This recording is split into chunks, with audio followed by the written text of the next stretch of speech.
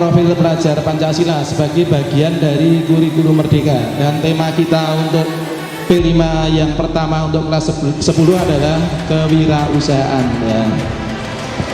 Saya harus iri hati kepada anak-anak semua karena saya lahir di era 60-an, sehingga ketika sekolah tidak menerima materi pelajaran seperti kalian saat ini.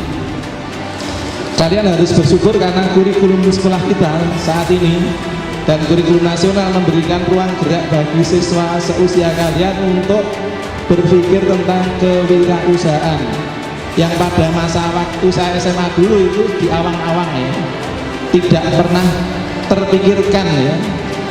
Nah, sehingga kalau anak-anak semua dari kelas 10 sudah diajarkan bagaimana mau setting pola pikir kita dalam kegiatan kewirausahaan, semoga harapannya nanti setelah lulus atau minimal kalau sudah dewasa dan harus bekerja tidak lagi tergantung memperebutkan satu dua jenis pekerjaan tertentu.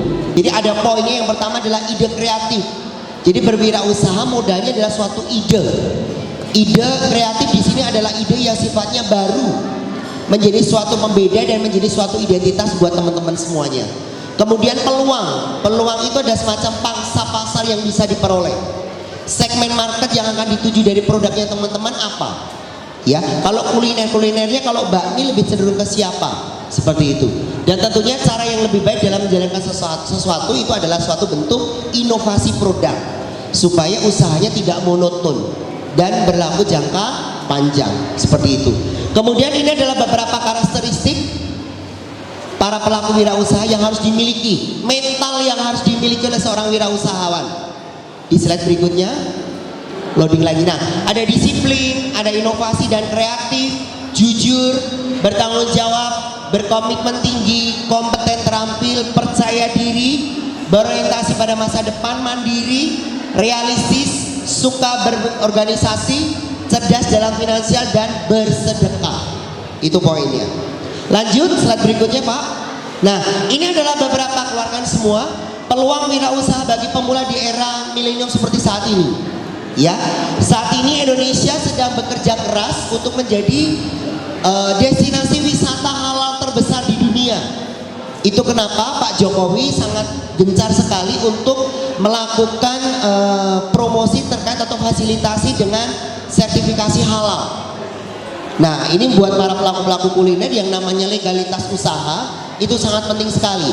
Ada halal, ada PIRT, ada izin edar BPOM dan lain sebagainya. Slide berikutnya Bapak. Yang kemudian yang paling digemari oleh anak-anak generasi Z adalah digital marketing atau konten kreator.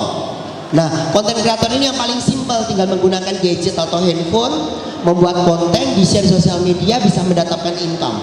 Seperti itu. Kemudian yang ketiga, yang paling bisnis yang gak akan pernah padam dan tidak akan pernah lekang oleh waktu adalah bisnis industri kuliner. Tips berwirausaha poinnya itu ada 3 teman-teman, yaitu terkait dengan kebutuhan primer seseorang. Yaitu ada apa saja? Kebutuhan pokok manusia ada apa saja? Sandang, pangan, dan papan. Jadi tips berbisnis yang paling simpel adalah 3 poin ini. Silakan mengambil industri kuliner, kemudian fashion, atau di dunia atau di papan atau properti, seperti itu. Ya. Menurut kalian usaha yang paling bagus itu atau berwirausaha yang paling bagus itu berwirausaha yang bagaimana? Ada yang mau jawab? Berwirausaha apa? Berwirausaha yang paling bagus adalah berwirausaha yang bagaimana? Yang apa? Ya? Menarik. Wirausaha atau usaha yang paling bagus adalah usaha yang dimulai. Jadi gak cuma ada di wacana aja ya. Aku pengen wirausaha bidang fashion, pengen jual ini, pengen jual itu, tapi cuma wacana doang.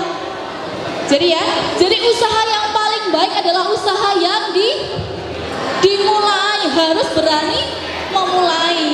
Begitu ya. Oke. Ini salah satu gambaran saja bahwa Ekoprint Sengsem Craft itu sudah melakukan shipping ya atau pengiriman di berbagai wilayah seluruh Indonesia dan workshop juga baik offline maupun online ya. Bahkan kita melakukan shipping atau pengiriman di luar negeri juga yaitu di Singapura dan di Malaysia gitu. Jadi dari Sabang sampai Merauke, dari Aceh, kemudian Jawa, Kalimantan, Sumatera sampai dengan Papua kita sudah melakukan pengiriman. Oke. Baik, next Pak. Tapi Ekoprint ini bukan batik ya teman-teman ya. Jadi kalau menyebutnya Ekoprint hanya Ekoprint saja. Kain Ekoprint, bukan kain batik Ekoprint. Karena Ekoprint dan batik itu adalah sesuatu yang mempunyai prosesnya adalah berbeda. Jadi jangan disamakan. Mungkin dari kalian semua di sini sudah ada yang pernah menjalankan yang namanya kewirausahaan secara tidak sengaja. Ada yang jualan di Tokopedia, di Shopee atau di platform jualan online seperti itu, atau di Instagram atau di TikTok yang sekarang sudah ditutup, TikTok Shop. Ada yang pernah jualan di situ? Yang belakang, mohon maaf, ada yang pernah COD-an mod di situ? Itu salah satu wirausaha. Jadi sebenarnya peluang apa yang bisa diambil ya tinggal kita buka atau tidak. Seperti sekarang misalnya kalau di Babang Lingkuro kita lihat gayang itu makanan orang pengaji, nggak ada nilai value-nya, bahkan bisa dibilang sampah, ya kan, ganggu pohonnya indah, oke demite bahasanya seperti itu ya.